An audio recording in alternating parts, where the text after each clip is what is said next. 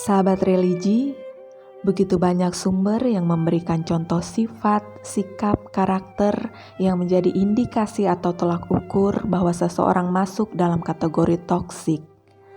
Dari sekian banyak contoh tersebut, saya mengambil 4 sifat atau karakter yang paling sering muncul atau dominan yang menunjukkan bahwa seseorang masuk dalam kategori toksik. Yang pertama adalah ghosting. Ghosting adalah istilah jika seseorang memutuskan hubungan dengan menghentikan semua komunikasi dan kontak dengan mantan mitra, pasangan, teman tanpa peringatan atau justifikasi yang jelas. Nah, dalam kehidupan sehari-hari, jika seseorang mendadak hilang dari pergaulan tanpa ada kejelasan atau pemberitahuan, maka orang tersebut bisa disebut the ghoster. Jika teman atau pasangan mencoba untuk menjangkau atau berkomunikasi, maka the ghoster pun akan segera menghilang. Contoh lain seperti misalnya sedang berjanji atau janjian bertemu dengan teman. Katanya bisa hadir, tapi waktu yang dijanjikan ternyata the ghoster ini tidak datang tanpa pemberitahuan. Contoh lain yang lebih parah adalah ketika sudah latihan untuk pertunjukan atau apapun seperti itu di sebuah acara, tapi saat waktunya tiba, the ghoster malah menghilang tanpa pemberitahuan apapun. Nah, perilaku ini tentu sangat menjengkelkan karena mungkin sudah ada persiapan atau pembicaraan atau kesepakatan, tetapi ketika waktu tiba, the ghoster malah menghilang. Nah, perilaku menjengkelkan seperti ini wajib untuk dihindari. Itu hanya membuat teman-teman atau orang di lingkungan kita merasa dirugikan atau tersakiti. Contoh yang kedua yang menunjukkan sifat atau karakter seorang yang toksik adalah Thanos Syndrome atau sering dikenal sindrom Thanos. Nah, sindrom Thanos ini adalah perasaan ketika seseorang merasa paling hebat dan paling benar. Nah, merasa dirinya sudah melakukan yang terbaik dan sering kali mengira semua hal akan berantakan dan tidak akan berjalan dengan mulus jika dirinya tidak ada.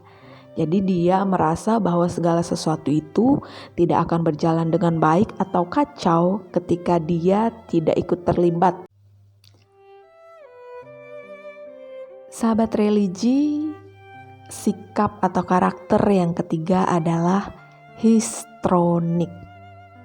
Histrionik adalah bentuk gangguan mental atau gangguan kepribadian yang membuat penderitanya kesulitan untuk memahami citra dirinya sendiri. Seorang histrionik sangat suka mencari perhatian orang lain. Ia sangat senang menjadi pusat perhatian. Ketika ia berbicara, orang lain harus selalu memperhatikan dia. Ia tidak bersedia bergantian saat berbicara dan terbiasa menyela orang lain ketika orang lain berbicara. Orang dengan histrionik memerlukan pendampingan agar dirinya sadar untuk tidak melakukan hal tersebut secara berulang. Histrionik cenderung membutuhkan pengakuan dan pujian dari orang lain sebagai tolak ukur untuk menilai dirinya sendiri. Sehingga penilaian, pengakuan, dan pujian dari orang lain terasa sangat penting bagi seorang histrionik. Nah, sifat, sikap, atau karakter yang keempat adalah antipati. Antipati merupakan sikap yang dapat dikatakan tidak memiliki rasa empati dan simpati. Bisa disebut mati rasa atau mati hati. Orang antipati sangat sulit berempati atau turut merasakan atas perasaan yang orang lain rasakan, atau sangat sulit untuk memahami yang orang lain sedang alami.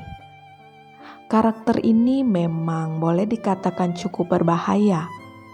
Ia sangat sulit untuk mengerti keadaan atau kesulitan orang lain. Jangan mengharap orang seperti ini dapat menghibur, mendukung, atau membantu. Karena biasanya orang dengan sikap antipati ini tidak akan menyadari tentang bagaimana keadaan orang lain. Sahabat religi, itulah 4 kriteria yang masuk dalam kategori orang yang toksik atau toxic people atau toxic person. Mungkin kita berpikir sikap atau karakteristik di atas adalah tindakan biasa yang sering terjadi dalam kehidupan sehari-hari. Memang benar jika terjadi hanya sesekali. Mungkin ada beberapa alasan untuk melakukan hal-hal di atas. Namun, jika itu sering terjadi atau bahkan menjadi gaya hidup, maka hal itu dapat menjadi cukup mengerikan.